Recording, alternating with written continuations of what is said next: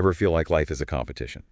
Well, today's deep dive takes us back to the OG sibling rivalry. Yeah, With some surprising lessons from modern life. definitely. We're going deep into Genesis chapter 30. Okay. A story of family drama ambition, Oh, yeah. some seriously unconventional methods for getting ahead. It's a fascinating chapter. Yeah, it is. Plunges us into the world of Jacob and his two wives, Okay. Leah and Rachel, Right? who find themselves locked in a competition that goes way beyond who gets the bigger slice of cake. Right from the start. Right. We see this intense desire for children, especially from Rachel. Yes, It's heartbreaking to read about her struggle with infertility absolutely. and how it fuels this envy towards her sister Leah, Yeah. who seems to have no problem conceiving. She doesn't. This Right. isn't just about personal longing, though. Having children in that era was a sign of divine blessing, Okay. a way to secure your lineage, and a huge factor in a woman's social stand. Imagine that kind of pressure. I know. Yeah. It makes you realize even though the setting is ancient, Right. the emotions are so relatable. Yes. Maybe not everyone today is longing for children specifically, Mm-hmm. but that feeling of wanting something so desperately, Yeah, watching others achieve it. I see. I think we've all been there in some way. Absolutely. Yeah. And the story doesn't shy away from the raw emotions involved. Oh, no. Rachel's pain is palpable, Yeah. and Leah, while seemingly blessed with children, Right. also faces her own insecurities and struggles. And then there's Jacob, Uh-huh. caught in the middle of all this. Oh, yeah. He clearly favors Rachel, He does. which only adds fuel to the fire. It does. But then he comes up with this plan to increase his own wealth. Oh. That's, well, let's just say it's creative. This is where things get really intriguing. Okay. Jacob uses his knowledge of animal husbandry to strike a deal with his father-in-law, Laban. He believes he can influence the color patterns of the livestock offspring. Really? By using peeled branches during breeding season. Wait, peeled branches. How is that supposed to work? Well, that's the million-dollar question. Yeah. Some interpretations argue that Jacob was simply a shrewd observer of nature, Okay. noticing subtle patterns and capitalizing on them.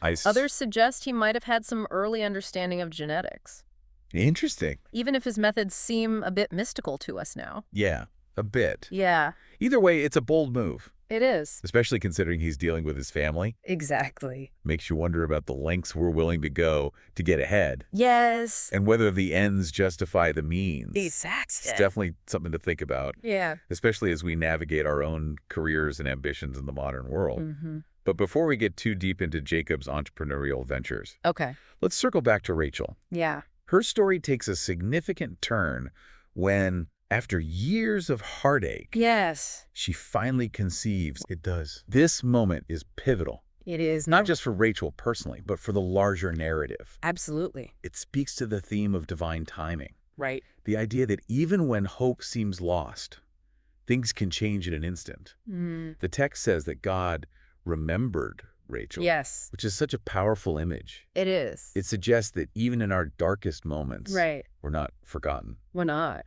And sometimes the things we wait for the longest Mm-hmm. end up having the greatest impact on our lives. They do. That's a beautiful way to put it. Thank you. And it leads us to another key theme that emerges from this chapter, Okay. the profound importance of legacy. Yes. Okay, I'm intrigued. Okay. Tell me more about this idea of legacy. Well, we see how these children born out of competition and longing become the foundation of Jacob's family and ultimately the 12 tribes of Israel.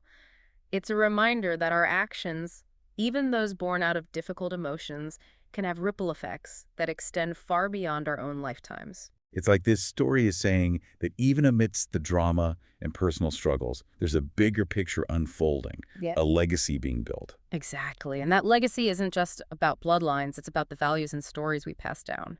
Think about it, we're still talking about Jacob, Rachel, and Leah thousands of years later. Right. Their story continues to resonate because it taps into these universal themes of family ambition and the search for meaning. Yeah, it makes you wonder what kind of legacy we're building with our own lives. Yeah. What stories will people tell about us? What impact will our choices have on the generations that follow? Those are profound questions, and ones that I think this chapter encourages us to contemplate. It's a call to live intentionally, to be mindful of the seeds we're planting, both in our personal lives and in the wider world. Okay, I'm starting to see how this in ancient text connects to our modern lives in ways I hadn't considered before. It's all about finding those timeless truths that resonate across cultures and centuries. For example, the theme of competition that we see playing out between Rachel and Leah is just as relevant today, perhaps even more so. Oh, absolutely. Social media is a breeding ground for comparison and envy. We're constantly bombarded with images of other people's perfect lives, their achievements, their picture-perfect families. It's easy to feel like we're falling behind. It's like that ancient drive for social status has been amplified 1,000-fold in the digital age. But Genesis 30 reminds us that true fulfillment comes from pursuing our own unique path, not from trying to outdo everyone else. Yeah, it's a good reminder to focus on our own goals and values and not get swept up in the comparison game. Which, speaking of goals, brings us back to Jacob and his, shall we say, entrepreneurial spirit. Ah, yes. Jacob's methods for increasing his flock might raise some eyebrows, but they also highlight the importance of resourcefulness and strategy in achieving our ambitions. So we should all be out there collecting peeled branches. Maybe not literally, but the takeaway is that it's okay to be ambitious, to think outside the box, and to use our knowledge and skills to create opportunities. Mm.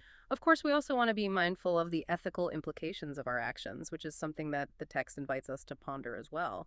Right, it's a balancing act, isn't it? It's striving for success while staying true to our values. Precisely. And it's not always an easy path to navigate. But Genesis 30 offers a framework for thinking about these complex issues, even if it doesn't provide all the answers. It's like this ancient story is giving us a set of lenses through which to view our own modern challenges and opportunities. Exactly. And perhaps one of the most powerful lenses it offers is the concept of divine timing. Rachel's long wait for a child reminds us that sometimes the things we most desire take time, and that waiting period can be agonizing, filled with doubt and uncertainty. It's so easy to get discouraged when we don't see immediate results, whether it's in our careers, relationships, or creative endeavors. But Rachel's story reminds us to keep the faith, to trust that there's a bigger plan unfolding, even when we can't see it. And often the things we wait for the longest end up being the most rewarding.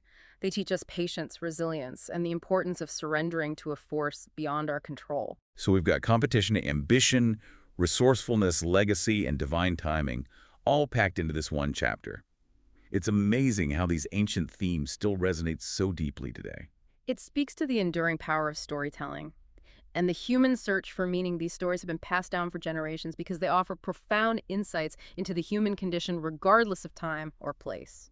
And as we wrap up our deep dive into Genesis 30, I'm struck by how much there is to unpack, to contemplate, and to apply to our own lives. Absolutely. And perhaps the most important takeaway is that this story, like all great stories, invites us to keep asking questions, to keep searching for those deeper truths that illuminate our own journeys. Also, to leave our listeners with a final thought, what's one question you'd encourage them to ponder as they reflect on Genesis 30 and its relevance to their own lives? If I had to pick one, it would be this: what is the legacy you want to leave behind?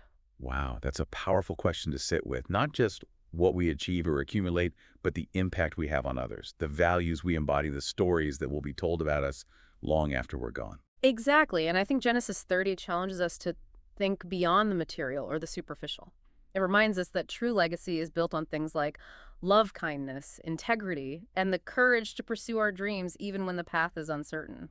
It's like this chapter is urging us to ask ourselves, what seeds are we planting today that will bear fruit for future generations? And it's not just about grand gestures or world-changing achievements. Legacy is also built through everyday acts of compassion, through the relationships we nurture, the wisdom we share, and the way we choose to show up in the world. Right, it's a reminder that we all have the power to leave a positive mark, regardless of our circumstances or social standing. Absolutely. And sometimes the most profound legacies are built not through striving or competition, but through simple acts of love and service. Think about Rachel and Leah.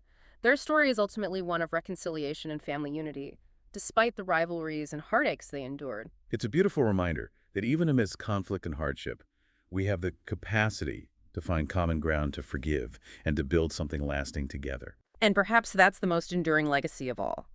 So as we wrap up our deep dive into Genesis 30, I'm left with a sense of awe at the richness and complexity of this ancient story and its power to illuminate our own modern lives. It's a testament to the enduring wisdom contained within these sacred texts and their ability to speak across time and cultures, offering guidance and inspiration for our own journeys. Absolutely, and I encourage our listeners to revisit this chapter, to ponder its themes, and to discover their own personal takeaways. Because within these ancient stories lie timeless truths that can help us navigate the complexities of life, find meaning in our experiences, and build a legacy that will resonate long after we're gone. And who knows, maybe along the way we'll even discover some unconventional but effective strategies for getting ahead without resorting to peeled branches, of course. Indeed, let's leave that particular method in the annals of biblical history. Well, this has been another fascinating deep dive. Thanks for joining us. And until next time, keep exploring, keep questioning, and keep seeking those deeper truths that resonate with your soul.